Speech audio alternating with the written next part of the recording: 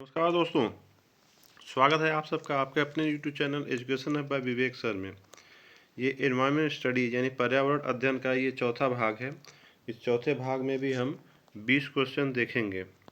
आइए देखते हैं। पहला क्वेश्चन है आज का, एसपीएम रिलेटेड टू यानी एसपीएम संबंधित है। तो ये एसपीएम एयर पोल्यूशन से संबंधित है, यानी correct option option number B है। आइए देखते हैं ये एसपीएम है क्या, समझ लेते हैं। एसपीएम का फुल फॉर्म है suspended particulate matters. I repeat, suspended particulate matters, यानी ऐसे कुछ तत्व जो वायु में यानी हवा में, एयर में वो मिल जाते हैं, उसके कारण एयर पोल्यूशन होता है, वही उसी को एसपीएम बोलते हैं। इन सब में जैसे डस्ट है, धूल है, धुआं है, कोहरा है, ये सब चीज़ें मिल जाती हैं जो एयर पोल्यूशन के कारण बनती हैं। नेक्स्ट क्वेश्चन है, the root of pulse family crop contains, यानी दलहनी परिवार की फसलों की जड़ों में पाया जाता है। ये दलहनी परिवार मतलब जो विभिन्न प्रकार की दालें होती हैं ना, उन सब की फसलों की बात कर रहा हूँ। उनकी जड़ों में क्या पाया जाता है? ऑप्शन नंबर सी सही है, बैक्टीरिया, यानी रिजोबिया बैक्टीरिया इसको बोलते हैं, और बैक्टीरिया पाया जाता है। इसका पूरा नाम रिजोबिया बैक्टीरिया है। नेक्स्ट क्वेश्चन है, वर्ल्ड एनवायरनमेंट कंजर्वेशन डे, इसको बोलेंगे वर्ल्ड एनवायरनमेंट प्रोटेक्शन डे भी बोलते हैं। तो ये सेलिब्रेटेड ऑन, विश्व पर्यावरण संरक्षण दिवस कब मनाया जाता है? इसका करेक्ट ऑप्शन है ऑप्शन नंबर सी, 26 नवंबर। इसी के साथ ये भी बता दें कि वर्ल्ड नेचर कंजर्वेशन डे, ये भी पूछा है कुछ एग्जाम में, यानी वर्ल्ड नेचर कंजर्वेशन डे यानी विश्व प्रकृति संरक्षण दिवस कब मनाया जाता है? वो 28 जुलाई को मनाया जाता है। नेक्स्ट क्वेश्चन है आपका, cyclone collector is use to control, यानी साइक्लोन कलेक्टर का प्रयोग किया जाता है नियंत्रण करने के लिए, किस चीज़ का नियंत्रण करने के लिए? तो इसका करेक्ट ऑप्शन है option number C, air pollution. Air pollution को कंट्रोल करने के लिए इसका प्रयोग किया जाता है। नेक्स्ट क्वेश्चन है, high coliform count in water is an indicator of, यानी जल में उच्च कोलाइफॉर्म यानी एक बैक्टीरिया होता है, इसकी गणना की जाती है। तो इसका क्या द्योतक है? इसका द्योतक है, यानी ये क्या शो करता है? तो इसका correct option option number D, sewage contamination, यानी सीवेज संदूषक, यानी जो सीवेज से इन्फेक्टेड हो गया है जो पानी, जो सीवेज होता है, जो खराब पानी जो नाली के थ्रू बहता है, उसी को सीवेज कहते हैं। तो वो जिस पानी के संपर्क में आ गया है उसमें ये उच्च कोलाइफॉर्म पाया जाएगा इसकी गणना करने पे। नेक्स्ट क्वेश्चन है, silent valley is famous for, यानी प्रशांत घाटी मशहूर है, किस चीज़ के लिए मशहूर है? Fruits, flower, woods. इसका करेक्ट ऑप्शन है option number D, none of the above. देखिए, साइलेंट वैली जो है, प्रशांत घाटी या शांत घाटी कह लीजिए, प्रशांत घाटी ये फेमस किस चीज़ के लिए है? डाइवर्स वाइल्ड लाइफ, और यानी विविध प्रकार के वो जंगली जंगली जीव जंतु पाए जाते हैं, और बर्ड स्पीसीज यानी कि पक्षियों की विविध प्रकार की प्रजातियां वहाँ पाई जाती है, उसके लिए वो फेमस है। नेक्स्ट क्वेश्चन है, some reliable indicator of pollutions are, यानी प्रदूषण के कुछ विश्वसनीय सूचक हैं, यानी कि इनके प्रेजेंस रहने पे ये इंडिकेशन मिलता है कि प्रदूषण हुआ है। इसका करेक्ट ऑप्शन है option number C, lichen and moss. Next question है, एयर पोल्यूशन में बी डिफाइंड एज, वायु प्रदूषण को परिभाषित किया जा सकता है। इसका ऑप्शन देखकर आप सब समझ सकते होंगे। इसका करेक्ट ऑप्शन है option number B, presence of undesirable materials in the environment, यानी पर्यावरण में अवांछनीय तत्वों का पाया जाना।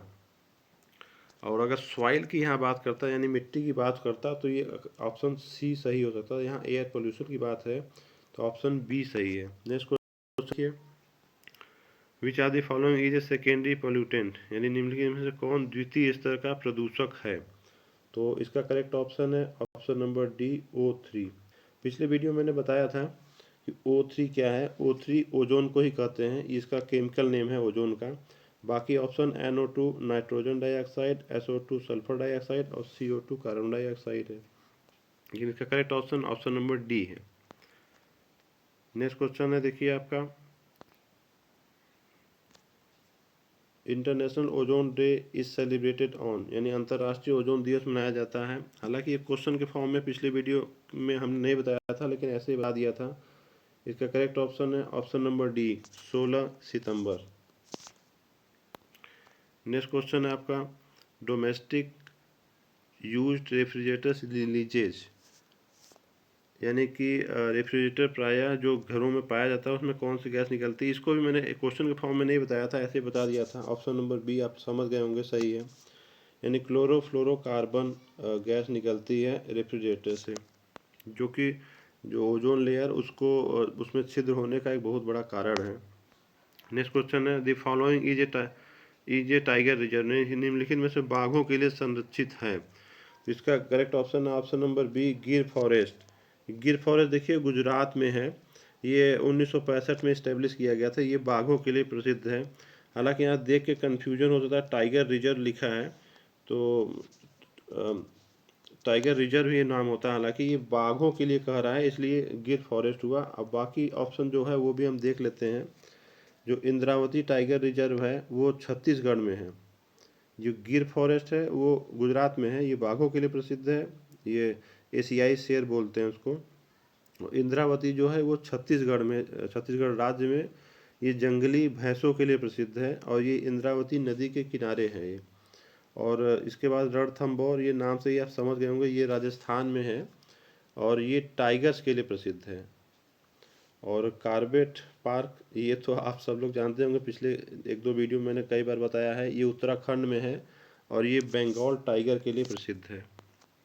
नेक्स्ट क्वेश्चन देखिए, द इंडियन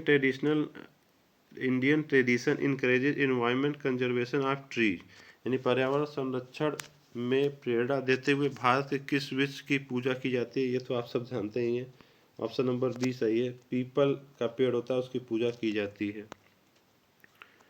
नेक्स्ट क्वेश्चन है, non ionizing radiation damage to DNA is caused by, यानी डीएनए को गैर आयोनाइजिंग रेडिएशन क्षति पहुंचाती है। इसका करेक्ट ऑप्शन है option number C, UV raise.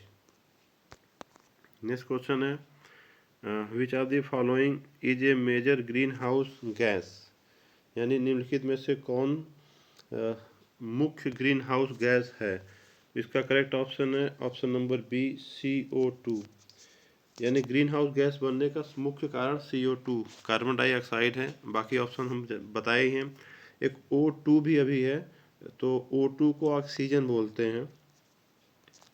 अब इसका देख लीजिए, ये फॉर्म में जो मेजर ग्रीन हाउस गैसेस हैं जो कि पीपुल जो लोगों की एक्टिविटीज़ के लिए है के कारण उत्पन्न होती है, देख लीजिए ये है कार्बन डाइऑक्साइड 64.3%, इसीलिए ये मेजर गैस इसको कहा गया। बाकी है मीथेन है, अदर गैसेस है, नाइट्रोजन ऑक्साइड है, नाइट्रस ऑक्साइड, और ये फ्लोराइनेटेड गैसेस जो है वही CFC क्लोरोफ्लोरोकार्बन की बात कर रहा है, 0.8% जो है।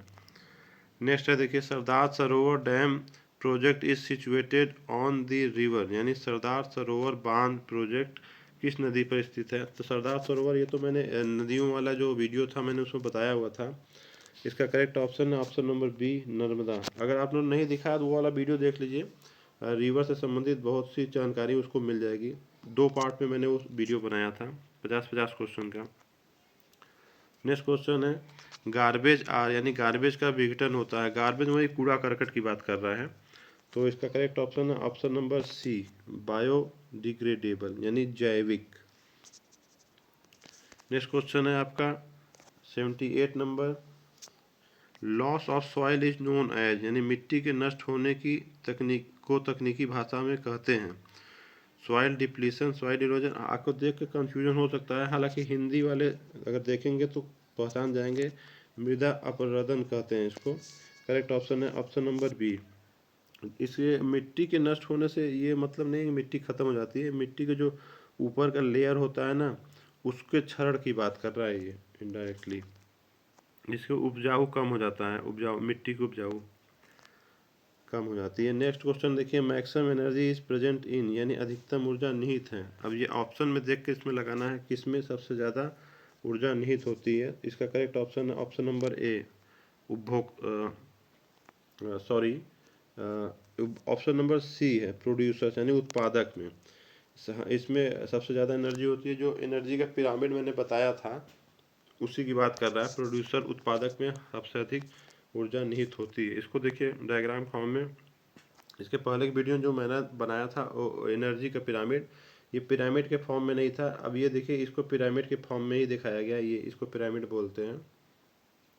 अब नीचे देखिए जो प्राइमरी प्रोड्यूसर होते हैं, जो वनस्पतियाँ होती हैं, उसमें देखिए अधिकतम ऊर्जा जो मैक्सिमम एनर्जी की बात किया है 100% है, ये देखिए इसलिए। और उसके बाद देखिए जो एनर्जी पास ऑन होती है प्राइमरी कंज्यूमर पे वो 10% है, फिर सेकेंडरी पे 1% होता है, ये है 1%, फिर उसके बाद 0.1% एनर्जी ट्रांसफ़र होता है। इसी को फॉर्म में मैंने बताया था, शाकाहारी, मांसाहारी और द्वितीयक मांसाहारी है ना, बताया था हार्बीवोरस, कार्निवोरस, सेकेंडरी कार्निवोरस, इस फॉर्म में बताया था एक बार क्वेश्चन।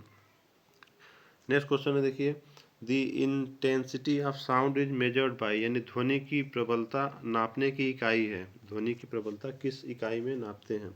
इसका correct option option number B, decibel. Decibel जो नाम पड़ा है देखिए अलेक्जेंडर ग्राहम बेल के सम्मान में ये नाम पड़ा है। इन्होंने टेलीफोन और ऑडियो मीटर का आविष्कार किया था। आशा करता हूँ आप, मेरा ये प्रयास आप सबको अच्छा लगा होगा। अगर अच्छा लगा तो ज़्यादा से ज़्यादा लोगों को शेयर कीजिएगा और लाइक करना ना भूलिएगा। Thank you.